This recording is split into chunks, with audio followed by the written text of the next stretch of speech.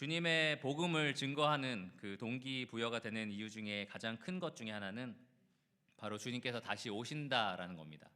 주님이 다시 오시기 때문에 우리가 복음을 더 열심히 증거할 이유가 있습니다.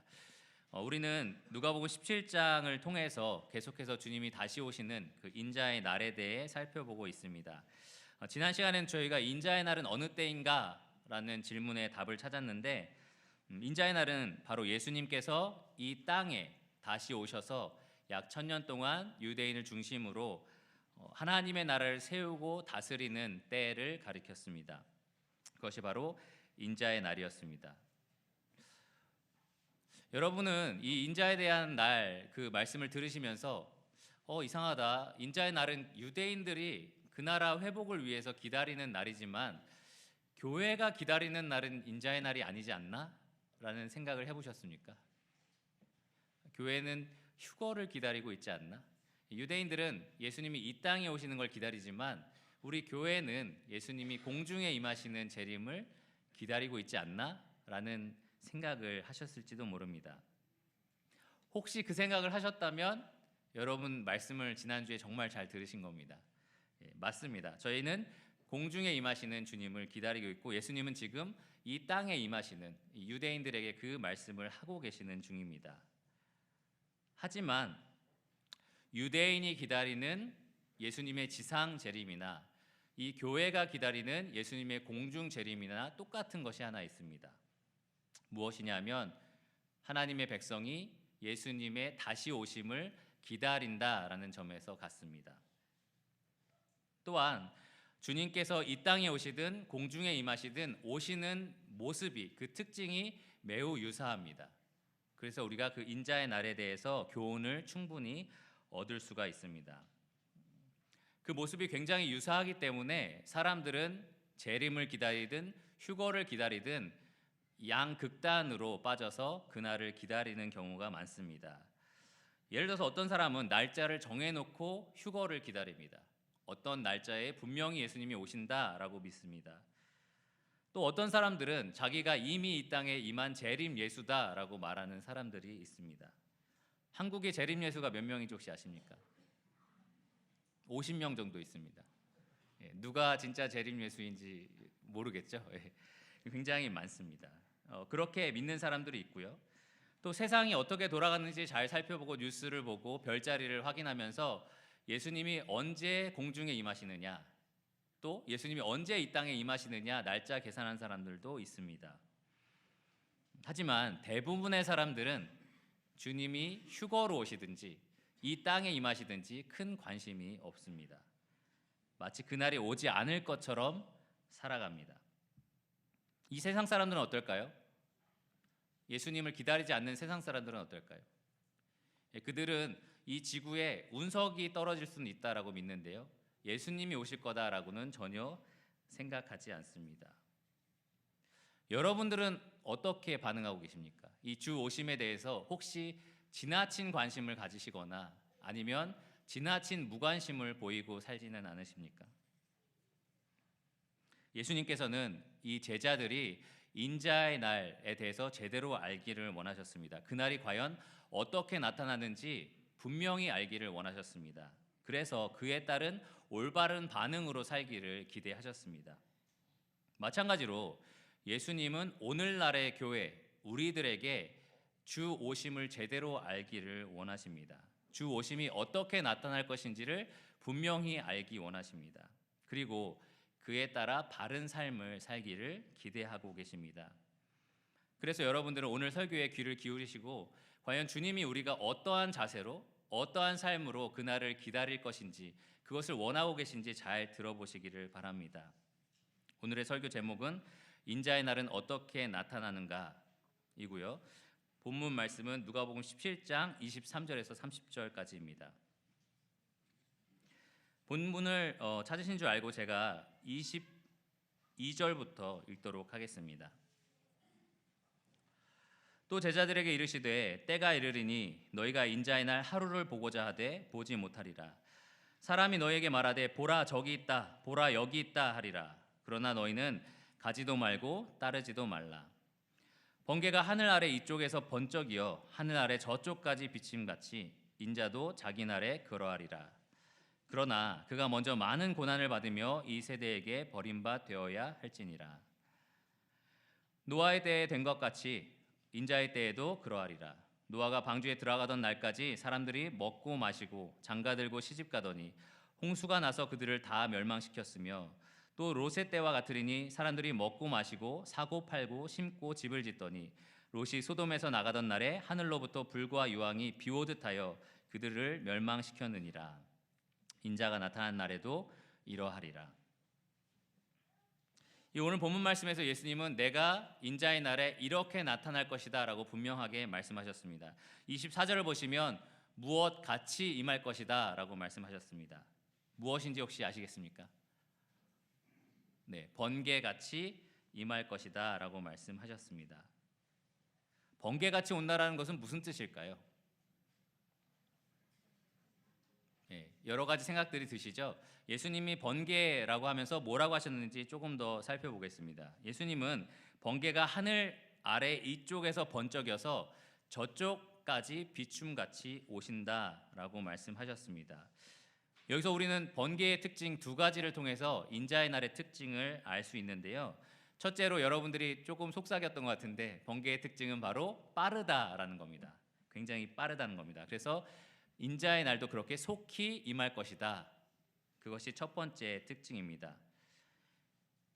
번개는 빠르기 때문에 우리가 번개라는 단어를 써서 빠른 것들을 표현을 합니다. 여러분 혹시 번개 같은 달팽이나 혹은 번개 같은 거북이라는 말 들어보셨습니까? 혹시 그런 캐릭터가 있을지 모르겠는데 저희 보통 그런 말 잘 안 합니다. 보통은 번개처럼 빠른 차 혹은 번개 같은 스틸, 속담 중에는 번개불에 콩 볶아 먹겠다라는 말도 있습니다. 여러분 번개불이 칠 때 콩을 볶으려면 속도가 어떻게 돼야 될까요? 굉장히 빨라야겠죠. 번개같이 빨라야 될 겁니다. 그래서 아주 행동이 민첩하다라는 것을 말하는 속담입니다. 예수님의 오심도 그와 같을 것이라는 말입니다. 이 성경에 나오는 주 오심에 대한 표현을 보면 속히, 즉시, 호련히, 순식간에 이러한 표현들이 따라 붙습니다. 그러니까 예수님의 오심도 그렇게 빠를 거다라는 겁니다. 이 시간에 대한 개념이 이 번개를 통해서 또 알 수 있는 부분은 여러분 번개가 언제 치는지 알고 계십니까? 정확하게 언제 친다라는 것을 우리가 알 수 있을까요? 사실 그렇지 않습니다. 언제 칠지 모르게 예상하지 못할 때에 번개는 칩니다.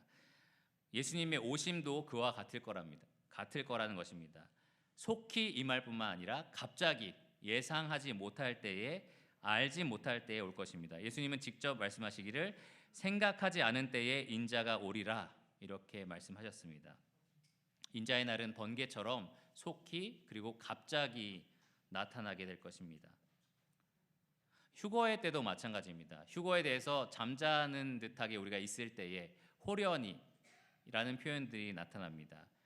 꼭 인자가 지상 재림할 때뿐만 아니라 공중 재림하실 때도 마찬가지로 속히 갑자기 주님은 오실 것입니다. 두 번째 번개의 특징은 모두가 알 수 있게 온다는 것입니다. 깜깜한 밤에요, 번개가 번쩍였을 때 그것을 잘 못 알아차릴 사람이 있을까요?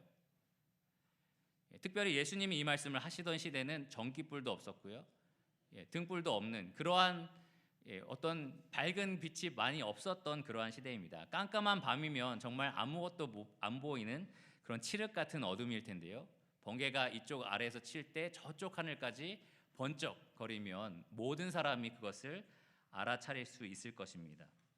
마치 오늘 밤에 여러분들이 여기 다 앉아 계시는데 불을 다 끄고 있을 때, 너무 깜깜하게 그렇게 있을 때 제가 불을 번쩍 꼈다가 끄는 것처럼, 그럼 모두가 다 알 거잖아요. 그럴 것처럼 예수님께서 오실 때도 모든 사람이 알게끔 오신다는 말입니다. 인자의 날이 오늘인가?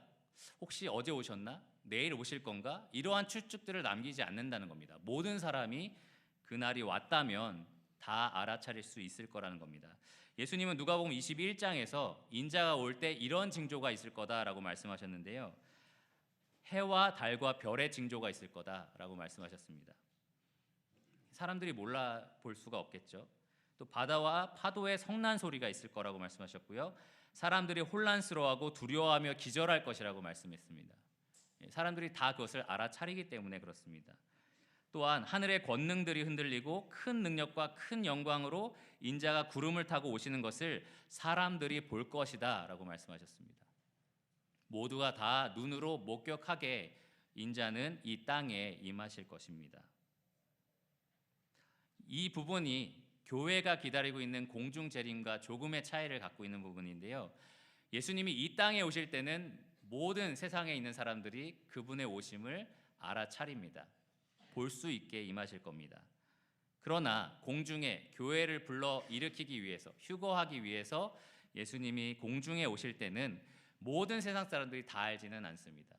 그러나 주님을 믿는 사람들은 다 압니다. 예수님을 믿는 교회는 다 그것을 알고 보고 주님을 만나게 될 것입니다. 결론적으로 인자가 오는 특징은 무엇이냐? 속히, 갑자기, 그리고 모두가 다 알도록 임한다는 것입니다. 교회가 기다리는 주님의 오심도 마찬가지입니다. 속히, 갑자기, 그리고 그리스도인이라면 모두가 다 알도록 주님께서는 다시 오실 것입니다. 이것이 예수님이 직접 말씀하신 주 오심에 대한 분명한 가르침인데요. 많은 사람들이 이 가르침과 정면으로 부딪히는 그러한 반응을 가지고 삶을 살아가고 있습니다. 첫 번째로 사람들이 잘못된 반응을 보이는 삶은 지나친 관심을 갖는 겁니다. 주 오심에 대해서 지나치게 관심을 갖는 것입니다. 23절 말씀에 나오는데요. 사람들이 너희에게 말하되 보라 저기 있다, 보라 여기 있다, 여기 메시아가 오셨다, 저기 메시아가 오셨다라고 현혹할 거라는 겁니다. 그럴 때 너희는 가지도 말고 보지도 말라, 따르지도 말라라고 주님은 말씀하십니다. 그런데 속지 말라라고 말씀하시는 겁니다. 많은 사람들이 잘못된 반응을 보일 건데 이미 오셨다, 아니면 오실 것이다 라고 하면서 추측하고 주님의 오심에 대해서 말을 할 거라는 겁니다. 그럴 때 너희는 그런데 속지 말라라고 말씀을 하시는 겁니다. 특별히 예수님 부활하시고 나서 제자들이 주님 인자의 날이 지금입니까? 라고 물어봤을 때 예수님이 때와 시기는 아버지의 권한에 있다, 그리고 너희의 알 바가 아니다 라고 분명하게 말씀하셨습니다. 때와 시기를 알려고 하는 노력, 추측하려고 하는 노력들이 우리의 소관이 아니라는 겁니다. 그것은 오직 아버지 하나님께 있는 것이다 라고 말씀하셨습니다. 그럼에도 불구하고 많은 사람들이 종말의 날을 계산하기를 좋아합니다. 추측하기를 좋아합니다. 언제쯤 오실 것이다, 언제 오실 것이다 라는 얘기들을 많이 합니다. 왜 그렇게 하느냐? 이유는 참 다양한데 어떤 사람들은 남을 속이고 자기 배를 채우기 위해서 그러한 말들을 합니다. 예를 들면 1992년 10월 28일 날, 여러분 무슨 일이 일어났는지 혹시 아십니까? 2000년도 이후에 태어나신 분들은 아마 거의 모르실 텐데 저는 생생하게 기억합니다. 9시 뉴스에 나왔던 얘기라서요. 1992년 교주 이장님이라는 사람이 다가올 미래를 대비하라라는 이름으로 다미선교회라는 것을 세웠습니다.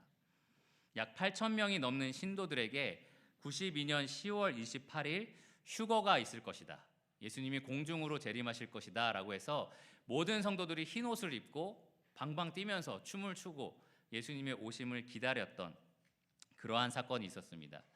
하도 사회가 그것 때문에 혼란스러워서 9시 뉴스에서 생중계로 그것을 보여줬고요. 정말 휴거가 임하나 보자라는 식으로 촬영을 했었습니다. 결국은 주 오심이 굉장히 이 세상에서 부끄러운 것이 됐고 비난의 그러한 거리가 되었습니다. 흥미로운 것은 교주 이장님이라는 사람은 92년 10월 28일 날 우리 모두가 하늘로 올라갈 거다라고 강하게 약속을 했으면서 93년 만기가 되는 환매 조건부 채권을 구입했습니다. 굉장히 특이하죠? 이때 모든 성도의 헌금이 약 25억, 92년도에 25억이니까 굉장히 큰 돈이죠. 이 사람의 의도는 무엇일까요? 사람들에게 종말에 대해서 선동하고 겁을 줌으로써 자기 배를 채우려고 했던 것입니다.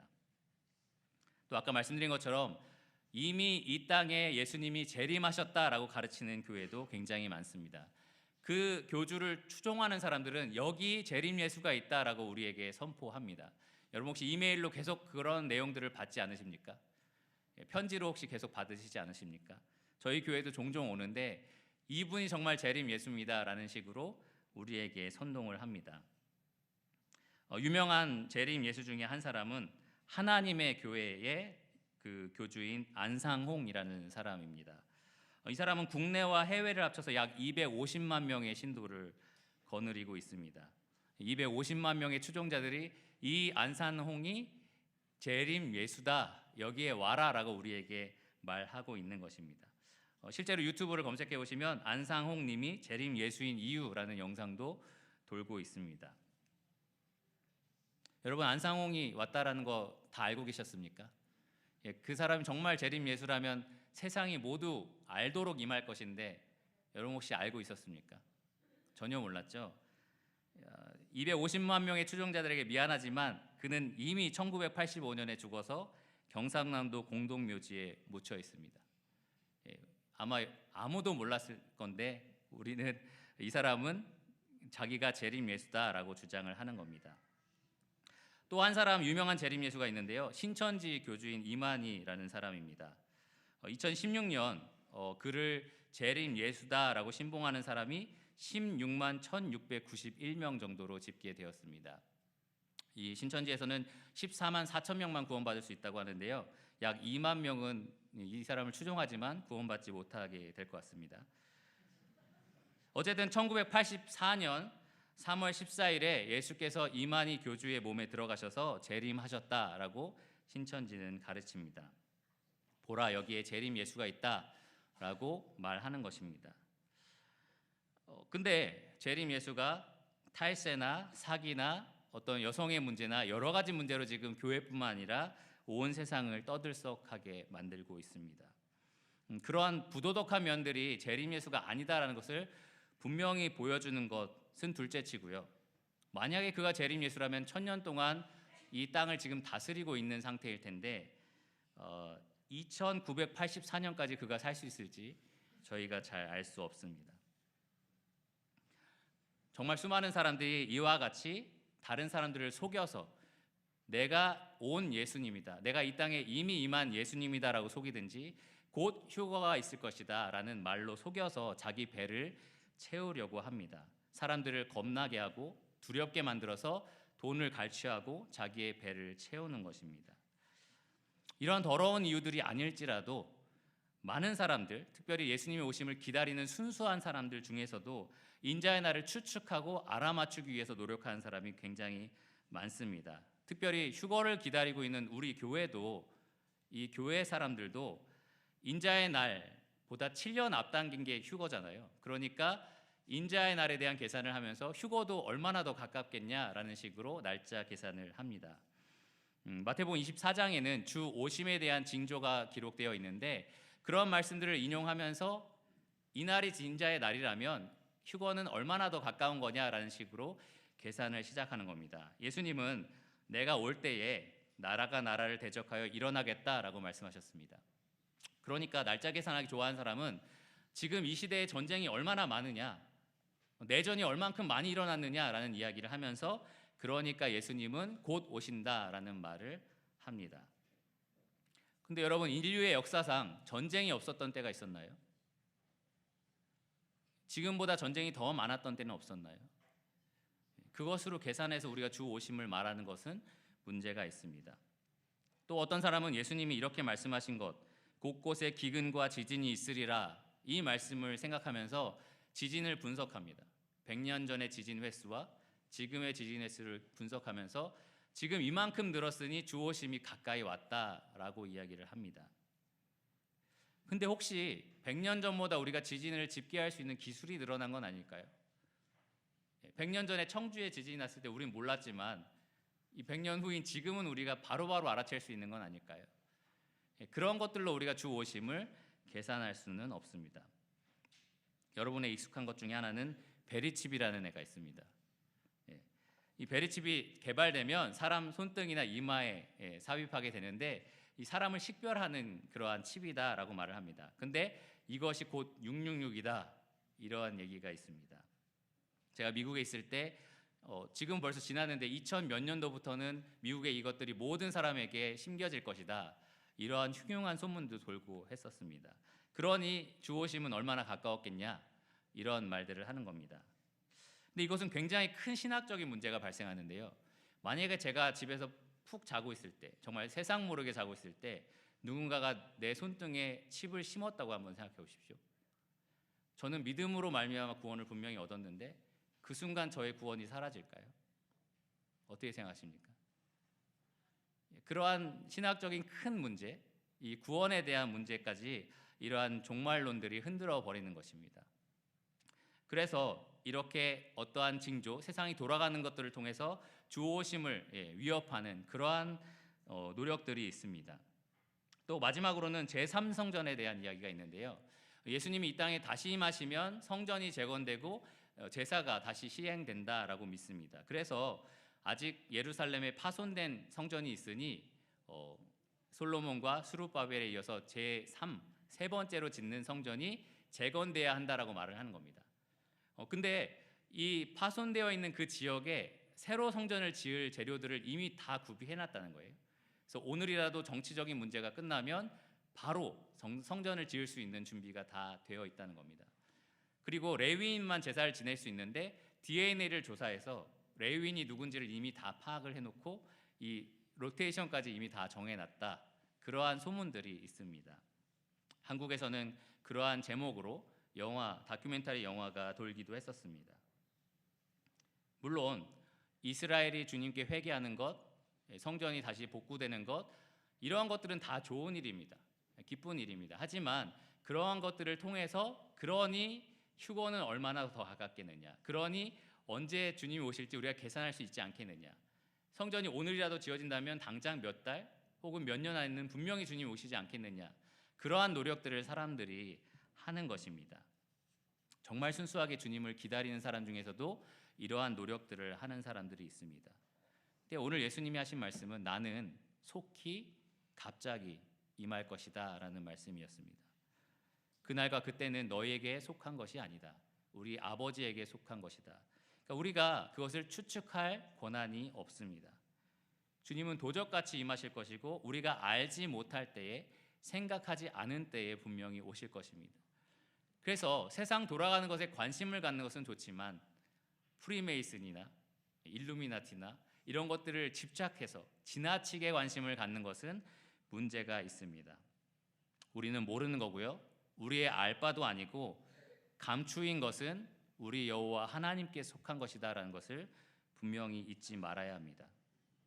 그것이 첫 번째 잘못된 반응의 모습이었고요. 두 번째 잘못된 반응은 26절에서 30절까지의 말씀에서 등장합니다. 두 번째 잘못된 반응은 바로 무관심입니다. 예수님은 노아의 때와 롯의 때, 이 두 가지의 경우를 말씀해 주시는데요. 둘 다 무서운 심판이 있었던 때입니다. 노아의 때에는 노아 가족들 제외한 모든 사람이 물에 다 잠겨서 수장되었었습니다. 롯의 때에는 롯과 두 딸을 제외한 모든 사람이, 그 도시의 모든 사람이 불과 유황으로 멸망을 받았었습니다. 인자의 때도 이와 같을 것이다 라고 말씀하십니다. 인자가 오실 때에 그러한 심판이 있을 것입니다. 그리고 주를 의지하는 사람들에 대한 구원이 분명히 있을 것입니다. 이러한 분명한 사실에도 불구하고 노아의 때처럼 롯의 때처럼 사람들은 그냥 자기가 살던 방식대로 살아갈 것입니다. 평온한 삶을 삽니다. 예수님 표현에 따르면 먹고 마시고 장가들고 시집가고 사고 팔고 심고 집을 짓습니다. 그냥 일상생활을 하는 겁니다. 아무 일도 나지 않을 것처럼, 갑자기 어느 순간에 어떤 심판이 절대로 일어나지 않을 것처럼 사람들은 살아가는 것입니다. 그러나 그 가운데 노아와 롯은 그 날을 기다리고 있었습니다. 그 날을 준비해야 된다라고 생각했었습니다. 노아는 120년 동안 배를 짓고 있었습니다. 비가 내리지 않았을 때 사람들이 계속 비웃은 거예요. 비도 내리지 않았는데 물로 이 온 지구가 채워진다라는 것 절대 믿을 수 없다. 어떻게 그런 일이 갑자기 일어날 수 있느냐? 사람들은 그것을 비웃었습니다. 근데 노아는 그것을 준비하면서 사람들을 경고하는 삶을 살았습니다. 롯도 마찬가지입니다. 그 소돔 지역에 있으면서 불과 유황이 임해서 곧 멸망할 거다라는 분명한 경고를 했습니다. 근데 이 롯의 사위는 그 말을 농담처럼 여겼다라고 말합니다. 어떻게 갑자기 어느 날 우리 모두에게 그런 엄청난 심판이 임할 수 있겠어? 라고 생각을 한 것입니다. 여러분, 우리는 노아와 같은 삶 혹은 롯과 같은 삶을 살고 있습니까? 아니면 롯과 노아가 경고했던 사람들과 같이 살고 있습니까? 여러분, 그날을 준비하면서 사람들을 경고하는 삶을 살고 계십니까? 아니면 그날이 일어나지 않을 것처럼 사고 심고 팔고 일상생활을 그냥 살아가고 계십니까? 다시 말하면 이 날에 대해서 진지한 관심을 갖고 계십니까? 아니면 무관심을 가지고 살아가고 계십니까? 만일 우리가 주가 언제든 오실 수 있다라는 사실을 진지하게 관심을 갖고 기다린다면 우리는 어떤 삶을 살게 될까요? 몇 가지 제가 말씀드리겠습니다. 첫째로, 만약에 우리가 그날을 진지하게 기다린다면 우리는 죄를 멀리하는 삶을 살게 될 겁니다. 죄와 더 치열하게 싸우는 삶을 살게 될 것입니다. 여러분, 경찰에 자수하러 가면서 더 많은 죄를 불려서 가는 사람은 아무도 없습니다. 여러분, 교회 주일에 나오시지만 나올 때마다 내가 하나님을 만나고 성도들과 교제한다라고 생각하면서 올 때 더 많은 죄를 지어야지라는 생각보다는 더 자신을 돌아보고 더 깨끗하게 하고 가야겠다라는 생각을 많이 하게 됩니다. 특별히 저희는 만찬 앞에 나오기 때문에 더 형제들은 그런 마음들을 갖게 됩니다. 마찬가지로 주님이 언제든지 우리를 만나러 오실 수 있다, 그 사실을 우리가 진지하게 믿는다면 우리는 죄를 계속해서 더 그냥 지을 수는 없습니다. 더 이상 죄를 짓지 말아야겠다라는 생각을 하게 됩니다. 혹시 죄를 짓고 넘어지더라도 바로바로 회개하고 싶은 마음이 생길 겁니다. 주님이 언제든 우리를 만나러 오신다고 생각하기 때문입니다. 왜 많은 사람이 어떤 사람을 용서하지 못하고 아주 오랜 시간 동안 이를 갈면서 삶을 살아갈까요? 왜 많은 사람이 똑같은 죄를 계속 지으면서 전혀 개선되지 않고 계속 그 죄를 즐기면서 살아갈까요? 가장 큰 이유 중에 하나는 주님이 오늘이라도 오실 수 있다는 사실을 잊어버리고 살기 때문입니다. 그것에 대해서 관심을 갖지 않기 때문입니다. 말씀에 말하고 있는 것처럼 주님의 오심을 소망으로 삼는 사람들은 그분의 깨끗하심처럼 자기를 깨끗하게 합니다. 두 번째로, 만약에 우리가 주님이 언제든 오실 수 있다는 이 사실을 굳건하게 믿고 있다면 우리는 믿지 않는 자들에 대한 애타는 마음을 갖게 될 것입니다. 만약에 어린아이가 길을 건너고 있는데 저 멀리서 대형 트럭이 오고 있다라는 걸 여러분이 본다면 여러분 어떻게 반응하시겠습니까? 차네, 이렇게 생각하시겠습니까? 그러지 않을 겁니다. 우리 모두 즉각적으로 손을 뻗쳐서 그 아이를 끌어당길 것입니다. 큰 소리로 경고를 할 것입니다. 우리가 사실 그 사실을 믿고 사는 사람들입니다. 우리 주변에 있는 수많은 믿지 않는 사람들에게 하나님의 이 무서운 진노가 지금 임하고 있다라는 사실을 보고 있는 사람들입니다. 그렇다면 우리의 삶이 어떻게 바뀔까요? 그들을 향한 애타는 마음이나 뜨거운 열정들이 솟아날 것입니다. 우리 대한민국 사람들이 아직도 마음 아파하는 일들이 있습니다. 배가 침몰해서 사람들이 거기에 빠져서 죽었다는 사실에 아직도 많은 슬픔을 가지고 살아갑니다. 그렇다면 영원히 불 가운데서 영원토록 심판을 받을 사람들이 있다라는 걸 우리가 안다면 우리는 어떠한 마음을 가져야겠습니까? 그러한 영혼들을 우리 주변에 널려 있는 그런 사람들을 생각하면서 태연히 먹고 자고 심고 팔고 그러한 삶을 우리는 살 수 없을 것입니다. 오히려 그들을 향한 뜨거운 열정에 불타오르게 될 것입니다. 세 번째로, 우리가 주가 언제든 오실 수 있다라는 사실을 믿고 산다면 우리는 이 땅에 대한 기대를 바르게 가질 수 있을 것입니다. 제가 자라면서 계속 들었던 말 중에 하나는 교회에서 정치 얘기하지 마라입니다. 근데 우리가 살고 있는 세상이 정치적인 세상인데 어떻게 정치 얘기를 하나도 하지 않을 수 있겠습니까? 그거 자체가 문제는 아닙니다. 그럼에도 불구하고 하지 말라라는 말을 하는 것은 싸움이 되기 때문입니다. 왜 정치 얘기를 하면 싸울까요? 모두가 같은 당을 지지하면 싸움이 안 될 텐데 서로 지지하는 당이 다르고 선호하는 그런 노선이 다르기 때문입니다. 어떤 사람은 좌파가 옳다고 하고 어떤 사람은 우파가 옳다고 합니다. 좌파에서 말하는 평등, 가난하고 억압받는 자를 위한 복지나 배려, 그것을 되게 귀하게 보는 사람이 있고요. 어떤 사람은 우파에서 원하는 자유, 그리고 안보, 열심히 노력한 사람에게 정당한 대가가 지불되는 그러한 세상이 있어야 된다라는 것에 마음을 주는 겁니다. 그런데 사실 두 진영 모두 하나님이 기뻐하시는 좋은 가치들을 추구하는 부분이 있습니다. 그리고 동시에 두 진영 모두 하나님이 미워하시는 죄를 지지하는 부분도 있습니다. 좌파 같은 경우는 동성애자나 낙태에 대해서 죄가 아니다라고 말하라고 합니다. 우파 같은 경우는 탐욕이나 비리에 대해서 눈 감아주기도 합니다. 하나님의 백성이라면, 이 하늘에 하나님의 나라를 두고 있는 우리라면 좌파냐 우파냐가 아니라 그들이 정말 하나님을 경외하면서 하나님의 뜻대로 나라를 다스리느냐라는 시각으로 사실 볼 수 있어야 합니다. 그런데 우리가 싸우는 이유는 마치 내가 지지하는 진영이 이 정권을 잡으면 이 나라에 유토피아 같은 것이 생길 것처럼, 내가 지지하는 정당이 세워지면 뭔가 다 망가질 것처럼 우리가 생각하기 때문입니다. 이 땅에 이상적인 나라, 이상적인 정치가 실현될 것이다 라는 생각을 조금은 하고 있기 때문입니다. 만일 우리가 그것이 아니라 언제든 하나님의 나라가 눈 깜짝할 사이에 임할 수 있다라는 사실을 분명히 믿는다면, 우리는 이상적인 세상은 이 땅에서 시작되는 것이 아니라 저 하늘에서 이 땅으로 임한다라는 분명한 사실을 잊지 않고 살아갈 것입니다. 그래서 이 세상을 바라보는 성경적인 균형 잡힌 감각을 가지고 살 수 있을 것입니다.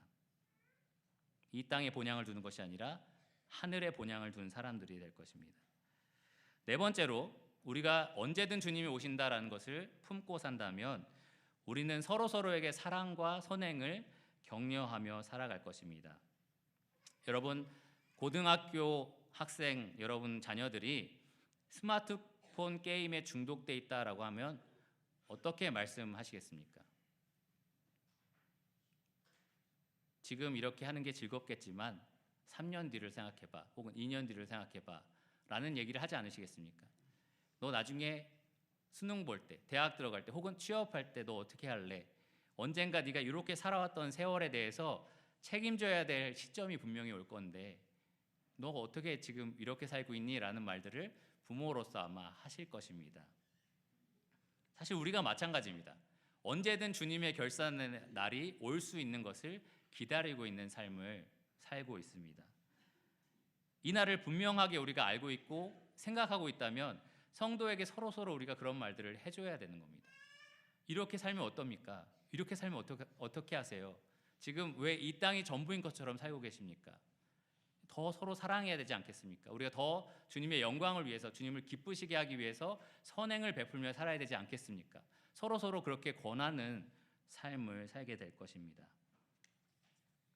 이런저런 일에 얽매이지 말고 우리가 주님을 기다리자라고 서로 격려하고 위로하는 삶을 살게 될 것입니다.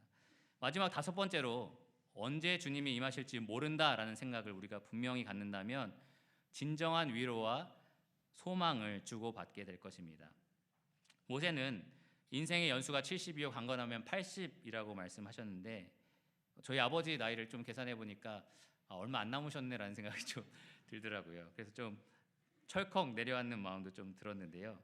모세는 그 연수의 자랑이 수고와 슬픔뿐이다라고 말합니다. 아마 어르신들은 아까 앞에 평안 형제가 얘기했지만 정말 그래, 수고와 슬픔뿐이야라고 생각하실 겁니다. 저도 아직 젊지만 정말 그런가 보다라는 생각이 조금씩 더 많이 들고 있습니다. 우리 모두는 사실 야곱처럼 험악한 인생을 삽니다. 어떤 가정 하나 그늘 없이 존재하는 가정이 없고요. 어떤 성도의 삶 하나하나 살펴봐도 사연이 없는 삶이 없습니다. 보통 어르신들은 젊은 애들을 보면서 네가 무슨 고생을 알겠어라고 생각하시지만 사실 그 시대와 지금 시대 달라진 고생들을 하고 있는 부분도 분명히 있습니다.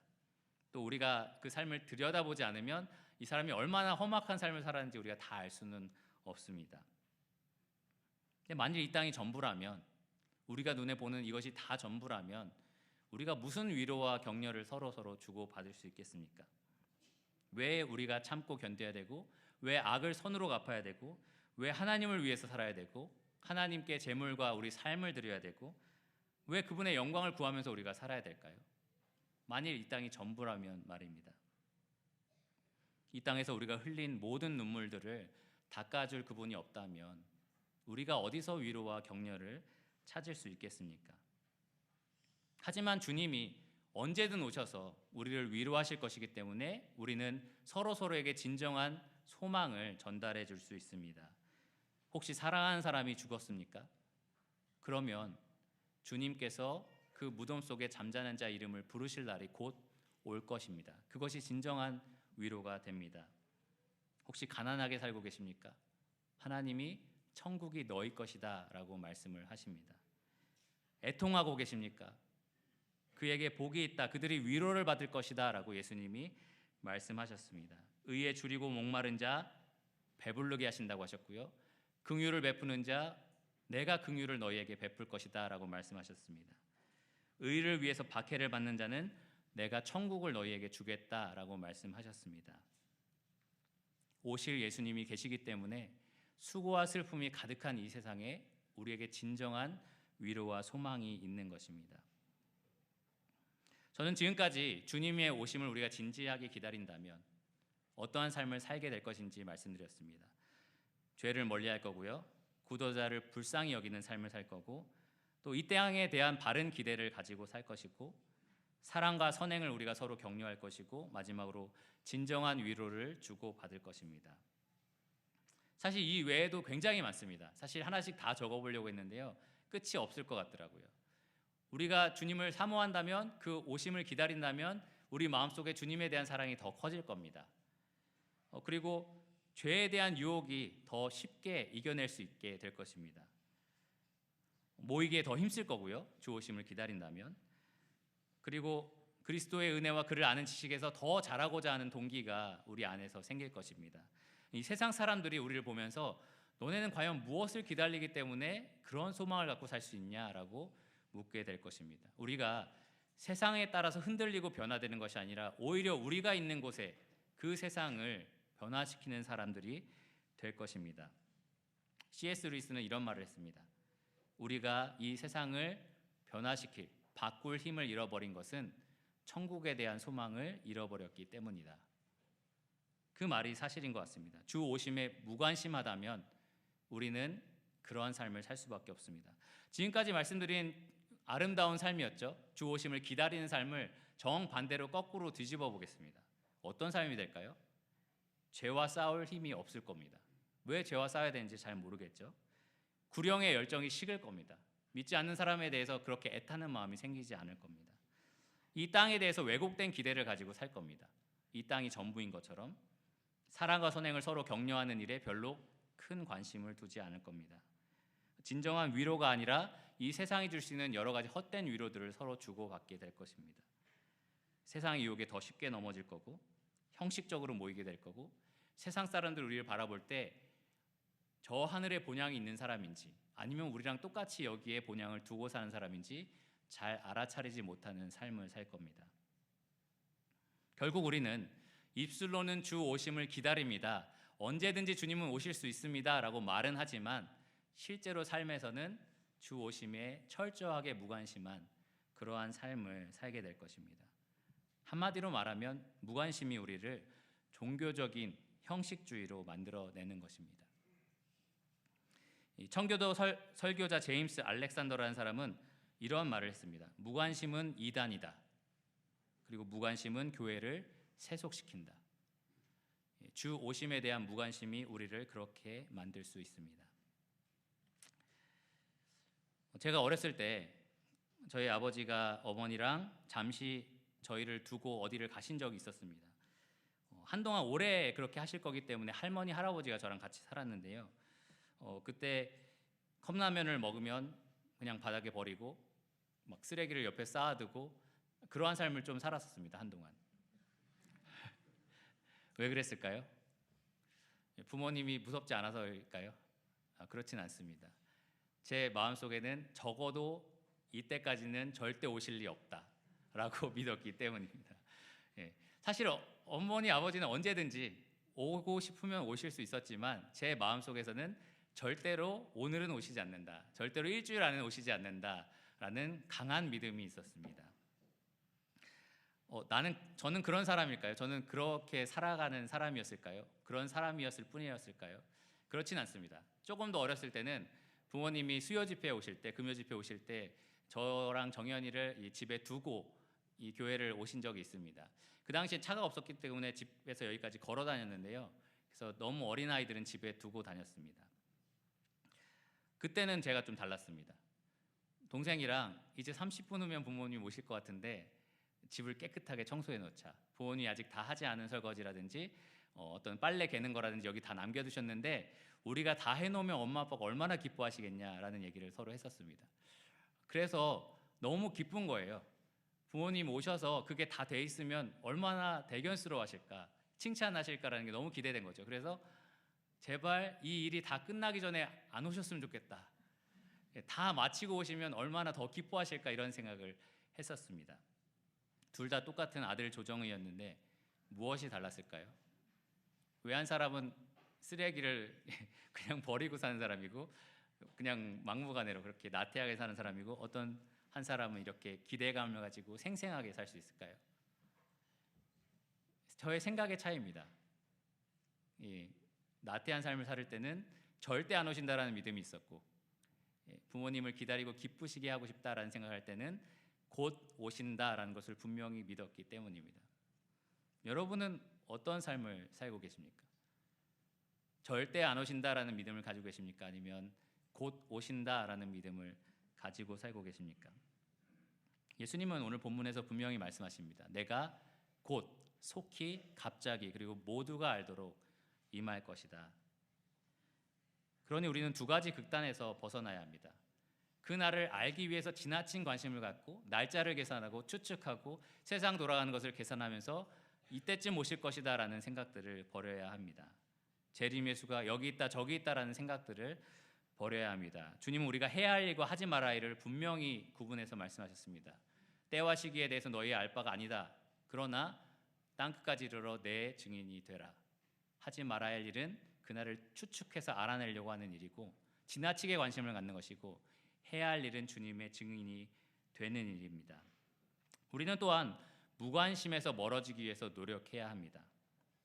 여러분, 무관심한 삶을 살고 있다면 미지근하고 세속적인 삶을 지금 살고 계시는 거고, 기다리는 자의 삶을 살고 계시다면 뜨겁고 살아있는 신앙을 가지고 계실 것입니다.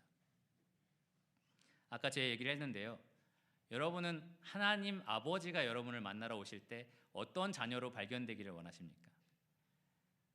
아이고 벌써 오셨어요. 지금 오실지 몰랐는데 여기 너무 지저분한데 지금 치우겠습니다. 이런 삶을 살고 계십니까? 아니면 주님, 제가 주님 오실 것을 기다리면서 이렇게 일들을 했습니다.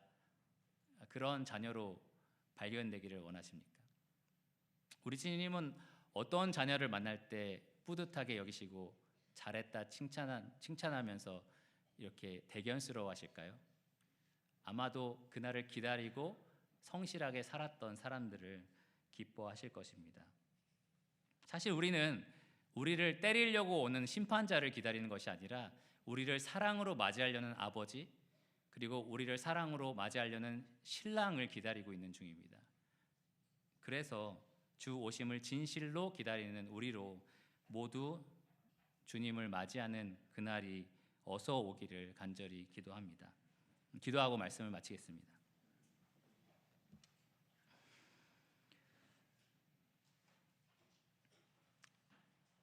주님, 감사합니다. 저희가 이 땅에 발을 딛고 또 이 하늘을 바라보면서 살다 보면 저 하늘에서 주님께서 다시 오신다라는 사실을 잊어버릴 때가 참 많이 있습니다. 눈앞에 있는 일들만 보이고 주님께서 하신 약속은 희미해진 경우가 참으로 많습니다. 그러한 믿음을 가지고 살다 보면 저희의 삶이 이 세상에서 소망 없는 자들의 삶과 비슷할 때가 참 많이 있는 것을 보게 됩니다. 주님, 오늘 말씀을 통해서 저희가 주 오심이 언제든 임할 수 있다는 사실을 기억하면서 주 오심을 진실로 기다리는 자들이 되게 하시기 원합니다. 오늘 지금 당장이라도 주께서 언제든 임할 수 있다라는 사실을 절대 잊지 않고 살아갈 수 있게 해주시기 원합니다. 우리는 주님의 오심을 무시하는 백성이 아니요 주 오심을 기다리는 주님의 백성이라는 사실을 잊지 않게 하여 주시기 원합니다. 서로가 격려하면서 주 오심을 기다리는데 하나 되게 하여 주시기를 원합니다. 또 그러한 마음을 가지고 죄를 멀리하고 또 믿지 않는 자들에게 복음을 열정적으로 전하는 유평교회 성도가 되기를 간절히 원합니다. 주님, 모든 것을 주님께 의탁드리며 예수 그리스도 이름으로 감사하며 기도드렸습니다. 아멘.